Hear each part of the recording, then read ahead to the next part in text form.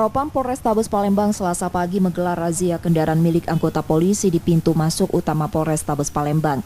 Anggota polisi yang berpakaian preman dan dinas diberhentikan dan diperiksa kelengkapan surat kendaraannya. Dari razia ada 4 kendaraan milik anggota polisi ditilang karena tak membawa surat kendaraan. Tak hanya ditilang, anggota polisi ini juga diminta push up. Pimpinan mengharapkan anggota Polrestabes Palembang ini juga tertib dalam berlalu lintas, terus lagi tertib dalam administrasi surat menyurat, ada SIM, ada STNK. Tidak ada anggota yang menggunakan mobil-mobil bodong yang tidak memiliki surat-surat. Itulah tujuan kami melakukan penertiban terhadap kendaraan R2 maupun R4. Razia ini dilakukan untuk penegakan disiplin anggota dan mengantisipasi anggota polisi menggunakan kendaraan bodong.